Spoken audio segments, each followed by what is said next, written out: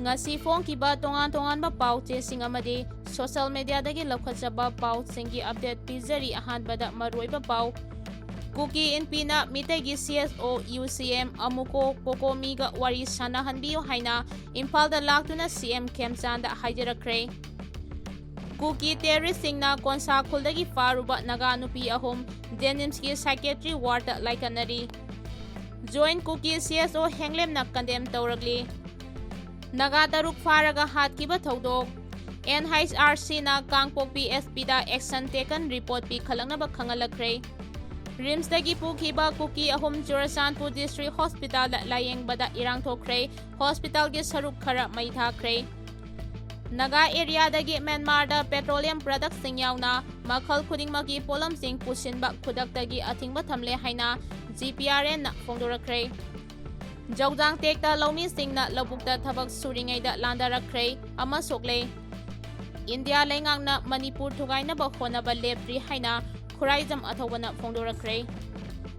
hautik pau sandongna pizari Kuki terroristsingna Konsakhulda faruba Naga nupi ahum Jenimski Psychiatry Ward laikanari Mamang thagi tara humdoida Kuki terroristsingna Kangpokpi District ki New Kaithalman BPS na konba Kotlen amasung Konjimkhul anigi marakta abuse tawduna Thadau church leader yauna misam ahum hatkhiba amasung atopa maribunna sokhankhiba thodok thokhibaga ikan kanadana pung anironggi manung district asigi manung chaliba leilon bai fai khulda konsak khuldagi naga nupi tarani thoi amasung nupa taruk punna misam tarani panbu leilon bai fai gi nupi singna hana faraba matungda makhoigi terrorist khutpu amada sinabada yaurubadagi thadorakraba nupi tarani thoigi manungda yauba nupi ahum Pukning wakhalgi nungaitaba thawong mayok narakpadagi Jenimsta pukhalakraba matungda layengsang asigi psychiatry ward ta nupi ahumak admit tawduna laikanakre ngarang nungthil pung 4:9 lom tarakpadagi pung 9:13 fawbagi manungda layengsang asida admit tawrakhiba singdi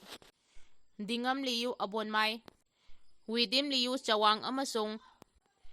Pawang Bon Liu Thiumai kawi haidi Kuki terroristsingna makoibu ahing ama mamit amasung makut punsinduna singi mapam amada thamlaba matungda mathangi numit me 13 da thadoraklaga me 15 inglisingani kuntaruki ayukta masa-masagi mayumda yaurakhibani adubu makoibu tekta kaidana thadoraklabasu Konsakhulda leiba ngamdabadagi Kangpokpi district makhanda leiba church ta hangba relief camp ta sangdafam laurakhibani relief camp ta leiraklaba matung tha sigi 10 da makoiga punna phaminarabasu tongana pukhiba pastor ani yauna naga nupi tarukpu mihathina hatoklaga phumjinduna thamlambadagi phangkhiba thaudoktage makoi ahungi pukning wakhalda khudongchadaba kaya mayoknarakibani maram asina ngarang nungthil makoi ahum Jenimsta puraklaba matungda pungkhai mukchangna ahan layeng chatharaba matungda layengsang asigi psychiatry ward ta makoi ahummak admit tawduna laikanaba haukhre hairi Rims dagi pukhiba Kuki ahum Churchandpur District Hospital da layengbada Erang thokre hospital gi saruk khara mai thakre Haukiba ningthokaba numita Kangpokpi District ki leilon baifai amasung Konsakhul gi marakta Kuki amasung Naga group singna Nongmei Kapnaba gi thodokta choktuna Regional Institute of Medical Sciences RIMS Imphal da layengnaba gi damak pukhalakiba Kuki ahum Lulmilyandan baifai Kamu Tangom Village Senapati District Genzamang baifai Mission Bank Laimakong amasung Paugalan Chongloi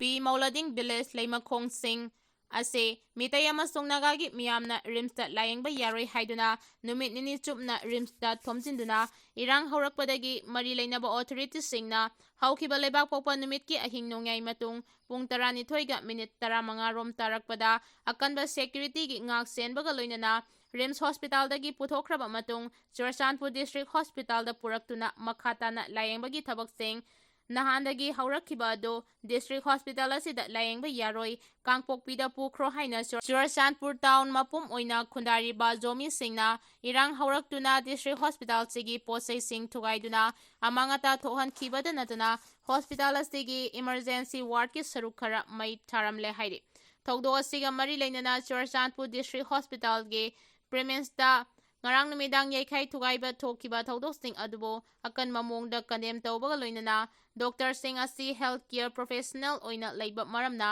anaba khudingmak misang mikhai naidana amade background sing yengdana ana layengba thodang lawduna lakde Cherola Sinhai, Churchandpur District Hospital asi Government Hospital amane hospital asida yumlonariba district singdagi lakpa patient singge preferal hospital ama oibana anaba sing Misang mikhai naidana layengbagi thabak chathaduna lakli maram asina miyamna pukning fathaduna hospital asigi sensitive ngaknaba amade mafam asida ingtappa environment ama thamnaba honaminasi haina appeal tawragli Joujangtek ta lomi singna labukta thabak suringaida landarakre ama Sokle ngarang numid yungba matung pung 12 khara helakpada None district ki manung chanba Joujangtek ta khulgi miyoi singna law sudana leiringaida sakhangdaba kulai paiba singna Nongmei Kapsilakpadagi miyoi ama soktuna laikanakre hairi soklaba miyoi adugi mamingna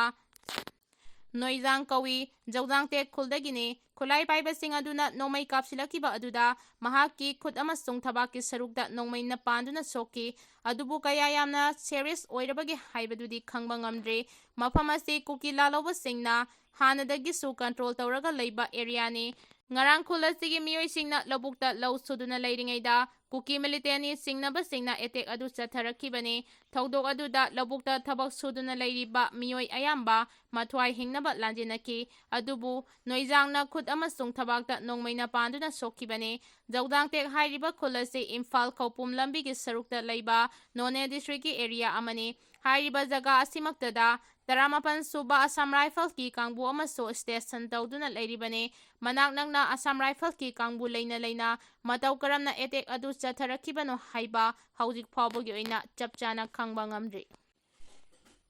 Naga area dagi Myanmar da petroleum products sing yauna makhal khudingmaki polam sing pushinba khudaktagi athingba thamle haina GPRA na phongdokre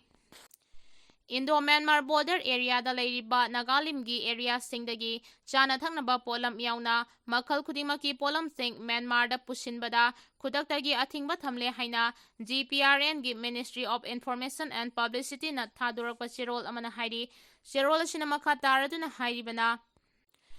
strict monitoring along the so-called Indo-Myanmar border haiba title makada thokiba GPRN gi order amada hairibana Nagalimgi area dagi makhal petroleum products sing amasong chana thaknaba yauna makhal khudingmaki polam sing Myanmar da pushinbada khudaktagi athingba thamle loinana makhataba order ama thoktriba phawba Indo-Myanmar border da Naga army singna pung 12 chumna athingba thamliba pochai singase puthok pusin tawbra haibadu kupna monitor tawgani hairiba khongthang ase border area da monitoring tawbagi thabagase hena kansin hanbaga mari leinanane GPRA na thokiba atopa order amadana Naga taruk pharaga hatkiba thodok NHRC na kangpokpi SC da action taken report pi khalangnaba khangalakre Naga misam taruk phakraba matungda sina phangkiba thodoki matangda chayol nipan gi manungda action taken report lan khalaknaba National Human Rights Commission NHRC na kangpok PSP da khangalakre TMB News Network ki pawgi amagi TMB News Network ki pawgi matung ina Naga taruk phaduna pukhraba matungda mafang khangdana leiragliba asigi matangda yengsinaba uripok apunba luki publicity secretary Singtham Nambam Kauba miyoi amana National Human Rights Commission da May 12 da complaint file tawrakkibane complaint file adugi matung ina National Human Rights Commission gi maikaidagi miyoi taruk mangkiba dugi matangda district police na lawfalagliba thabak singi chapchaba report pi khalangnaba SP kangpokpi da notice issue tawrakkibane Assistant Registered Law SB 5 section NHRC Atul Kumar na notice adu issue tawrakkibane Naga miyoi taruki asibhak sang phangma taragaso commission ge maikaidagi miyoi taruk asina mangkiba numitagi makoibu phangnaba authorities singi maikaidagi pungning changna makoibu phangnaba thikibra amade case asigi matangda investigation chathakibra haibasida commission asina akanba mideng changlakpane action taken report adu maru oina mioi taruk adu kanana phabano haiba masak khangdoraklabra amade pharabra loinana authority singna kari karamba thorang case asiga mari lainana laukhalabage haiba asigi marik chumba report oigedabani haidi joint Kuki CSO henglep nak condemn tawrakli Churchandpur district ki henglep subdivision ki manung chana laiba Songkong village da Central Security Force na tha sigi tara tarukta operation chathabaga loinana Lonmin sang haukip kauba mioi ama nongmei na kaptuna hatkiba security ki thawong adubu joint Kuki CSO henglep na akan mamong da condemn tawrakli joint Kuki CSO henglep na thadorak pasirol amada Security Force na Songkong village da chathakiba operation aduda drone amadi motor bombing chathaki haina maral chiragle Thaudok adubu hakthengna thengna hoba kulasigi khunja singna CSO asida fongdorakpagi matung ina laikhidraba lanminlang hairiba mioi ase masang ngamdabadagi mayumda lengdana leibane Security Force na drone bombing tawbadagi imungda leiramba lanminsang yumgi mapanda chentorakpada Security Force na nongmeina kaptuna hatkibani hairi CSO singi cherol asi thadorakpa matam phawba Security Force na puduna chatkiba lanminsangi hakchang chinaraktre Khunja sing amadi imung manunggi mioi singna thibagi thabak chathabaga yumdagi irap laptana itaiba phirol amadi lanmin sangi oigani haina singna ba khungup na singba phangba ngamki taduna leiramba mahaki phorita nongmai marugi makul ani leiramki haireduna mahaki phirol loinamak laukthok pukhiba aduna atopa lalhaubagi manba phizol chesilaga kapnabada sibani haina claim tawnaba Security Force na hotnaba thawrangni haina su maral chiragli Amaromda Hill Journal gi pau amada Kuki khunja singe maiketegi fongdorakpa wafam palladuna ngasi numit ungba matungda None district ke Joujangtek Kuki village da khunja singna lobukta thabak suringeda Naga militant group singna Nongmei Kapsilakpadagi khunja sing aki akhang pongnakre leptana Nongmei Kapsilakpa aduna khunja sing mathwai hingnaba lobuk thadoktuna safagadaba mafamda changdafam lawduna lainaki hairi Nongmei Kapsilakpa aduda Joujangtek khulgi khunja Nongjai kauba ama nongmai maruna panduna asopa nangke mahagi thabak amasung pambomda nongmai maruna panke mahaki phibam tamba ngamdana leiri hainasu khunja singna claim tawragli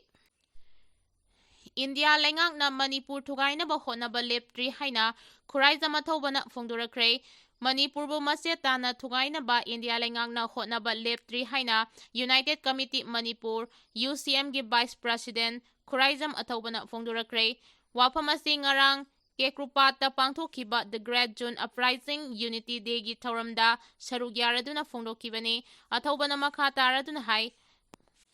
ngasi su India lengakna Manipur bu masetana thugaina ba honari haibase lamdam sigi miyamna khangbaga loinana Manipur miyamna su apunbagi saktam kannaba matam pumnamakta sem saduna leiri Kumja Englishing ani amada India lengakna Manipur bu maset tahanaba honarakpadagi Manipur miyamna haunaruba tawduna changsinkhiba khongjangna ngasi phawba lamdam asigi apunbagi saktam ngaktuna lagli adubu ngasi phawba India lengaki thausilna Manipur gi administration asi maset tana thugaina ba honaba leptre masigi mathakta India lengakna khulai paiba amade machinery singbu proxy oina sijinaduna lamdamasigi yelomi singi mathakta lan tahanduna lamdamasibu thugaiba lamdamasigi yelomi singi mathakta lan tahanduna lamdamsibu thugaina ba akanba lalong chathari haina India lengaki mathakta maral cheke loinana Manipurgi apunbagi saktam ngaknaba lamdamasigi miyam amato ina khongpham chena lepli hainaso khuraijam athobana fongdoragli